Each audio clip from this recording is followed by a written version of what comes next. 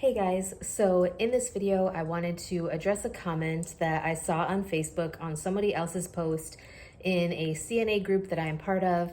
And so it had to do with taking the skills portion of the CNA test, which if you don't know what the skills portion is, there is a skills portion and there's a written portion. So the written portion is basically like a written test where you have to give answers to questions about the knowledge that you should have if you are planning to work as a CNA. So that could be anything from like different scenarios where it lays out the scenario for you, it gives you a situation, and then they expect you to provide an answer that would be an adequate response to said situation. Or it may be talking about like the normal range of blood pressure for adults, or the normal pulse rate for adults or children or whatever. You kind of get my gist. So that is more like a knowledge-based test. A skills test, or the skills portion of the test, it gives you a chance to demonstrate that you know the different procedures that you would be responsible for completing while you are working as a CNA. Sorry, kind of blanked there for a second.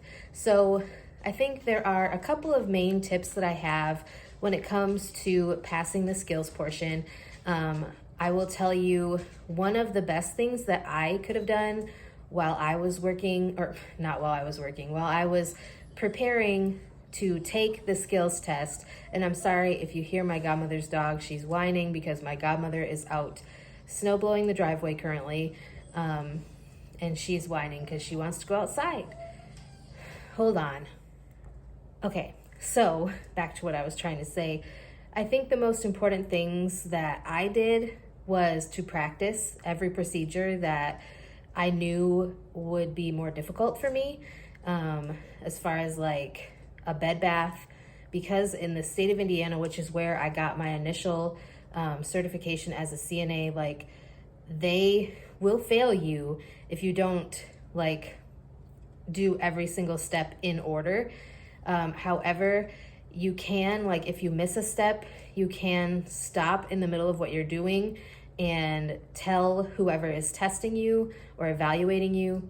You can tell them, I apologize, I missed this step, this is what I should have done, and then you can continue with completing that portion of the skills test. So in Indiana, I keep saying in Indiana because that's where I took my test. I was previously certified as a CNA, but I didn't have to take a test when I was certified because I got my CNA certification while I was going to nursing school in the past. So that's a whole different process. The state that I was living in at the time, which was Nebraska, if you were in nursing school, once you got past a certain point in your education, you could just apply for your CNA certification and they would give it to you, no exam, no nothing. So yeah, anyways, back to Indiana, you have to do hand washing and you have to pass that in order to become a CNA, period. And there was one other thing, but I can't remember what it was other than hand washing. Oh, I think it was putting on gloves, like the process for putting on gloves and taking them off. And then they have you pull a card. And when you pull the card, it gives you like, I think it's 3 different skills, and you have to perform those 3 skills. So I was actually really lucky, and I got like each of the skills that I got were ones that I was not really worried about whatsoever. So basically, back to what my tips would be. Sorry, I keep going all over the place. My tips, what I did that I found really helpful was practicing everything. Now, in the state of Indiana, they gave us this book for class that lists out step by step each procedure that you would have to complete in your day-to-day work as a CNA. And so I would literally practice step by step every single procedure that was in that book.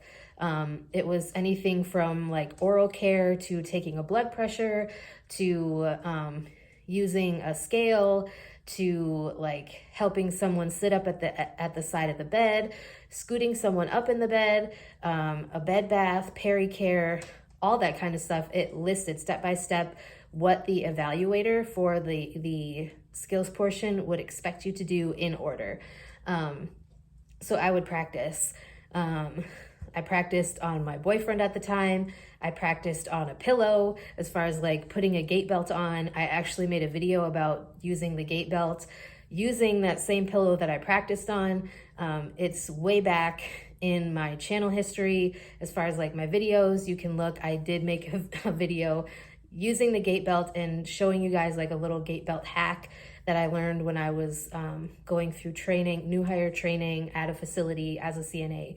So I think like the biggest tip I would have is if your school provides you with a book like that where it lists step by step each procedure that you would have to complete, make sure you're going through and practicing, whether that's practicing at the school on the dummies that they have, or practicing on a classmate or a family member. Believe me, it does so much good to be able to practice, because then it will be in your mind what you need to do and it will help you on the day of. Now, my second biggest tip is on the actual day of your skills test, take your time. Do not rush yourself, because when you're rushing, that's when you forget to do something. And if your state is anything like Indiana, or if you are testing in the state of Indiana, if you miss just one step, you can fail, depending on what the skill is. Like with hand washing, you will fail and you will have to redo the whole test, not the written portion, but just the skills test. You will have to redo that test if you do not pass hand washing. Because obviously hand washing is very important. It is something that is necessary, especially in this COVID era that we are living in. But just in general, working in healthcare, there's a lot of germs going around. Hand washing is very important. But take your time. There were so many classmates of mine that didn't pass their skills portion because they were so nervous and they rushed through things and missed important steps and got failed because of it. And I would hate to see other people get failed because of a simple mistake, such as missing a step or getting steps confused, like mixing up steps where you do one before the other when it's really supposed to be the other one before that one. So just take your time. And believe me, examiners should be patient with you. I say should only because I think that that's kind of like a person-to-person type thing, where one person can be super patient and the other one might be like, ugh, why do I have to do these tests today? I don't want to be here. They may be having a bad day. So I say they should be patient with you, but that may not always be the case. However, be patient. Take your time. Do not rush. It is in your best interests to not rush through this process. Like I said, if you want to pass your skills test, you have to practice. Practice, practice, practice. Whether that's on your spouse, on your kids, on your family members, on your roommate, on your classmates, on the dummies. Like our teacher at the CNA training program that I went to, she actually opened up our simulation lab center where she would stay later after class had ended to allow us to spend more time in there if we wanted to allow us to practice the skills before we actually had to take the skills test. If you're curious, or if your teacher doesn't mention anything about doing that, I would ask, because they may just not know that somebody is looking for extra practice. And I think extra practice can never hurt. So yeah, practice, practice, practice, and take your time on the day of your test. Don't rush through things. Also, don't be nervous. Like, you have to go into it with a positive mindset and the notion that you can do this, because obviously you're doing it for a reason. Hopefully it's the right reason. I've met a lot of people that have done this for the wrong reason, but hopefully you're doing it for the right reason, and you can do it. It's not impossible, believe me. But I will make more videos talking about the skills test if you guys want more information about like different tips I have other than the two main ones that I have for passing the skills test. If you guys would like more information on different procedures that a CNA would perform, let me know. I can make more specific videos talking about stuff like that.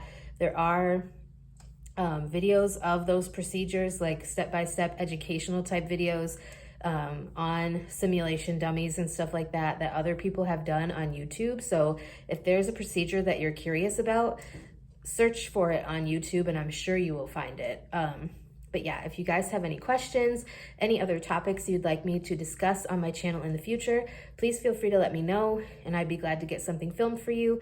And with that being said, that's all I have for today, because as you can see, the light is going away outside. So yeah, anyways, that's it for today's video. I hope you guys got something out of it. Let me know if you guys had any issues taking the skills portion of your CNA test. Also, let me know if your state provides you with a book as part of your class that goes step by step through every procedure that you would need to know or that you could possibly be tested on during your skills test. So anyways, that's it for today. I hope you guys are having a wonderful day and I will talk to you guys next time.